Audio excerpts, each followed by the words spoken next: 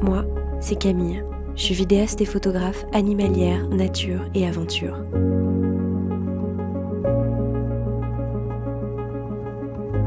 Je voyage à la découverte du monde sauvage et de toutes les histoires que la nature a à me raconter. Sur ma chaîne YouTube, je partage la beauté d'un monde oublié et sa capacité à émerveiller nos esprits. Et dans cet épisode, après avoir pris une pause des réseaux, je suis enfin de retour chez moi, dans ma tiny house.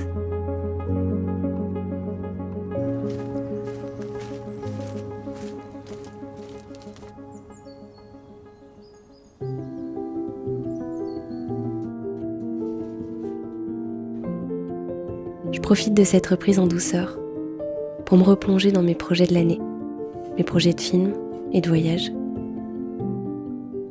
Mais je dois aussi consacrer du temps à celui qui m'a permis de réaliser ceux des 2 années précédentes. Walter, notre bon vieux camping-car. En gros, là, ça va être le programme des prochains jours.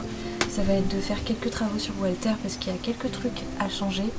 On a remarqué qu'il y avait une infiltration au niveau de la fenêtre de la capucine, qu'il y avait une infiltration aussi ici parce qu'on avait fait des petits trucs sur le toit et en fait ça n'a pas tenu.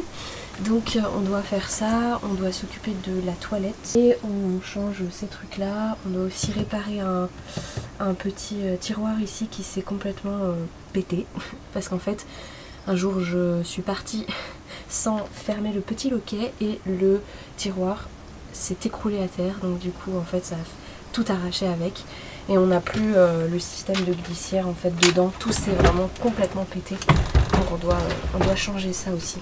Voilà, il y a plein de petites choses à faire sur le gros pépère. Voilà, donc c'est ce qu'on va faire un peu ces prochains jours. Et là je vais commencer par déjà changer ces grosses mémères là parce que elles sont vraiment elles sont vraiment trop lourdes et regardez, elles commençaient déjà à se casser en fait complètement, à se péter ici. Donc et puis là aussi elles se pétaient, enfin ça va pas du tout en fait. C'est beaucoup trop lourd, même si moi je les aime bien, j'aime bien la couleur et tout, mais on voit bien au fur et à mesure du temps qu'on vit en fait dans le camping-car qu'il y a toujours des trucs à réparer, qu'il y a toujours des trucs à faire. Donc voilà, on va passer quelques jours à faire ça et ensuite il y aura tout ce qui est mécanique parce qu'il y a plein de choses à changer. Walter, notre bon vieux Walter, n'a pas passé le contrôle technique, donc du coup on doit changer 2-3 trucs, il y a les plaquettes de frein à changer et voilà encore d'autres choses qu'on doit faire mécaniquement quoi, pour qu'il passe le contrôle technique. Let's go! Tout ça c'est de l'usure normale pour un vieux pépère comme Walter. Et puis en vrai, on lui doit bien ça, de s'occuper un peu de lui. On a vécu des moments merveilleux grâce à lui, dans la nature ou à l'étranger.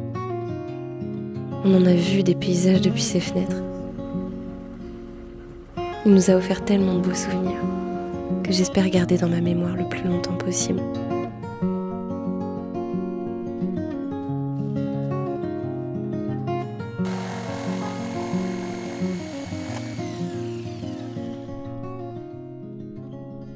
Là, j'ai fait ma deuxième petite planche dans mon petit placard. Je suis pas la pro du bricolage, donc j'apprends au fur et à mesure, hein, clairement. Après, avec Walter, j'ai quand même beaucoup appris. Il y a plein de choses que je connaissais pas. Donc le camping-car m'apprend à faire du bricolage. Et surtout le pro, le bricolo. Le bricolo, quoi.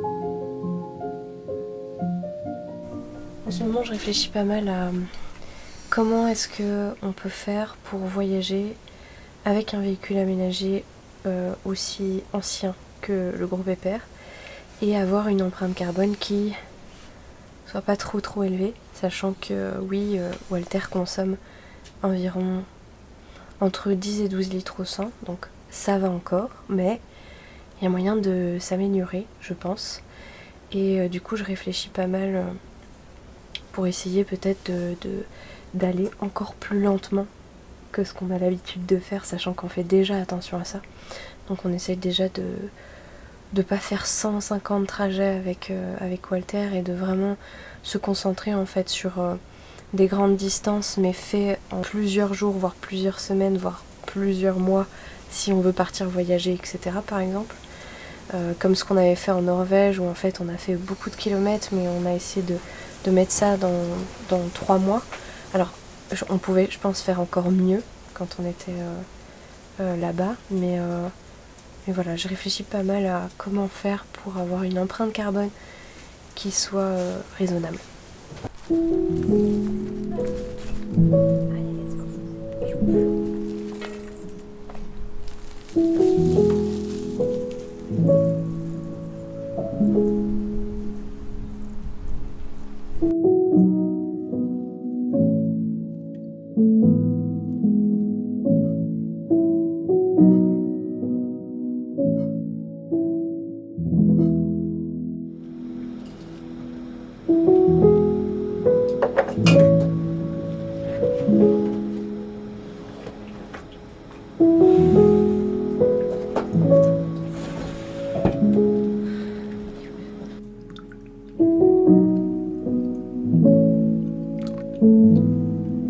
J'ai donc passé environ 3 semaines complètement off des réseaux, 3 semaines de vacances, 3 semaines où je m'occupais absolument pas de mes projets de vidéaste, de photographe, nature, animalière, etc.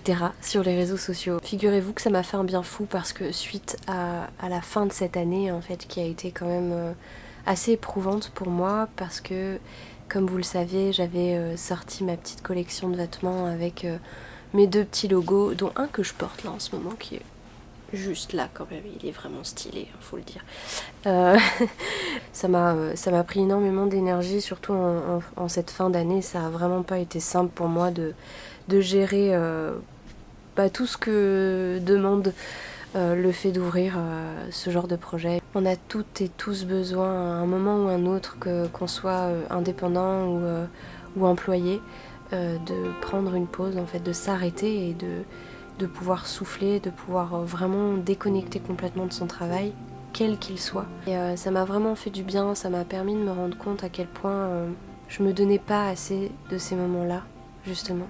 Que je prenne pas assez le temps de juste me poser, puis de lire un bouquin que j'ai envie de lire depuis des mois, de me poser et de jouer à la Switch si j'ai envie de jouer à la Switch, ou de juste dessiner si j'ai envie de dessiner, ou de faire tout ce qui me passe par la tête et de le faire avec conscience et avec plaisir. Juste pendant toute cette période, je m'en suis beaucoup offert et c'était juste trop bien, ça m'a vraiment nourri, mais vraiment profondément, ça m'a vraiment fait du bien et ça m'a permis de me rendre compte que j'en avais besoin en fait, comme à peu près tout le monde, de m'offrir des moments pour moi dans mon quotidien, donc tous les jours avoir un petit moment qui m'est consacré, que ce soit un moment où je fais un peu de méditation parce que comme vous le savez, je vous en avais déjà parlé dans une de mes vidéos YouTube, je fais un peu de méditation et c'est vrai que c'est un truc que parfois je mets en place, puis parfois j'arrête, et puis que je reprends, et puis que je re-arrête.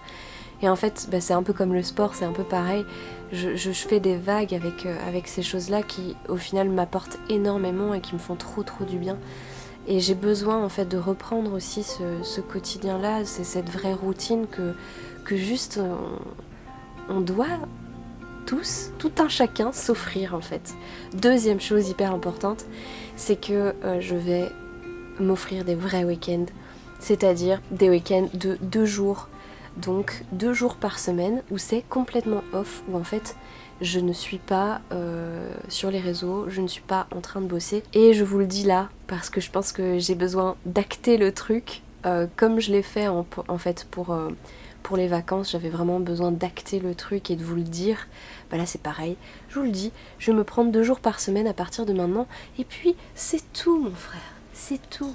Parce que c'est vrai que pendant, je dirais les 3 dernières années, j'ai été tellement à fond dans mon taf que j'aime profondément, on est bien d'accord, mais comme tout le monde, j'ai besoin de faire des pauses de temps en temps et j'ai besoin d'avoir des week-ends, donc voilà, maintenant c'est acté.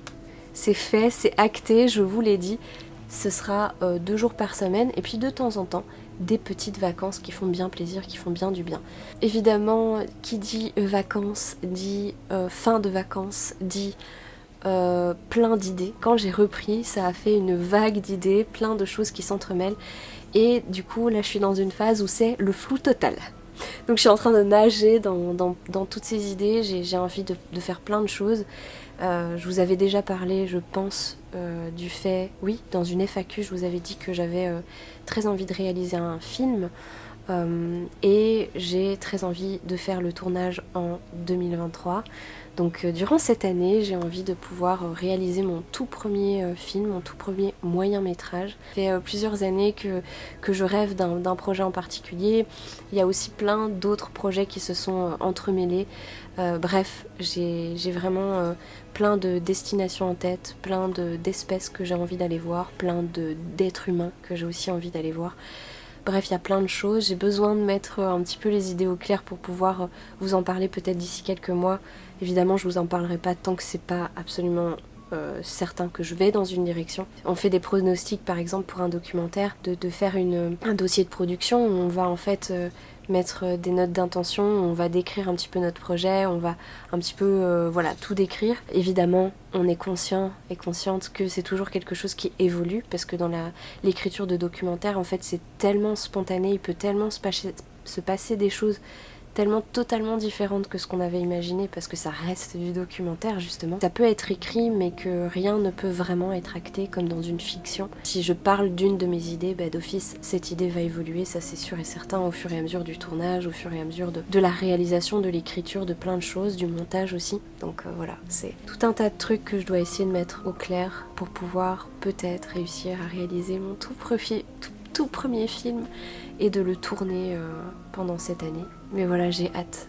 J'ai hâte de m'y plonger à 100% et j'ai hâte de vous en parler. Qu'est-ce que j'ai hâte de vous en parler, ça c'est sûr et certain. Et vous, de votre côté, dites-moi, qu'est-ce que vous avez fait pendant votre mois de janvier? Est-ce que vous avez bossé comme des fous ou est-ce que vous avez eu un moment de vacances ou un moment de pause, un week-end qui vous a marqué, qui a été chouette, que vous avez envie de partager ici dans les commentaires parce que franchement ça m'intéresse de ouf de vous lire, de juste lire votre quotidien, de lire un petit peu qui vous êtes. Donc n'hésitez pas à mettre un petit commentaire pour me partager un petit moment sympathique que vous avez vécu pendant le mois de janvier. Je vais vous demander un truc, tiens, parce que ce matin j'ai fait une petite méditation sur la gratitude et ça peut paraître complètement banal mais ça fait vraiment du bien de se rendre compte de ce qu'on a simplement dans notre vie. Je vais vous demander de faire un petit exercice, c'est de noter en commentaire les 3 choses qui vous ont fait plaisir, qui vous ont fait du bien, peut-être une personne avec qui vous avez partagé un moment ou alors juste une anecdote, un petit truc, une petite expérience, une petite chose dans votre journée qui vous a juste fait du bien, que ce soit la journée d'hier ou la journée d'aujourd'hui. Je vous invite juste à mettre 3 petites choses en commentaire qui vous ont juste fait du bien. Et du coup, moi, je vais aussi vous partager mes 3 moments de la journée qui m'ont fait particulièrement du bien. Et je dirais qu'il y a mon moment de méditation ce matin parce que j'étais tout cocooning, j'étais voilà dans mon petit cocon là au-dessus sur ma mezzanine, ça m'a fait du bien, ça m'a apporté du bonheur.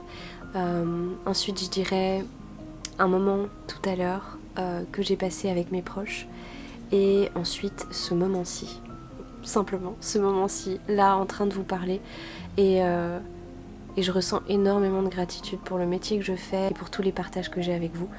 Alors voilà, je vous dis à très bientôt dans une prochaine vidéo. Je vous embrasse.